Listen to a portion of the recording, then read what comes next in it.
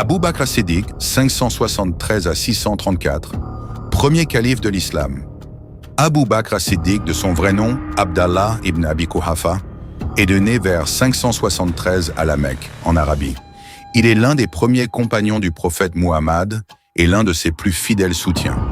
Il est surtout connu pour avoir été le premier calife, successeur de l'islam, après la mort du prophète en 632. Conversion à l'islam et rôle aux côtés du prophète Abu Bakr fait partie des premiers convertis à l'islam et joue un rôle crucial dans la propagation du message prophétique. Il est un proche conseiller et un ami intime du prophète. Lorsque le prophète et lui migrent à Médine en 622, l'Hégire, il l'accompagne et partage les épreuves de cette fuite. Premier calife de l'islam, 632 à 634. Après la mort du prophète en 632, Abu Bakr est choisi comme premier calife, chef de la communauté musulmane. Son règne est marqué par plusieurs défis.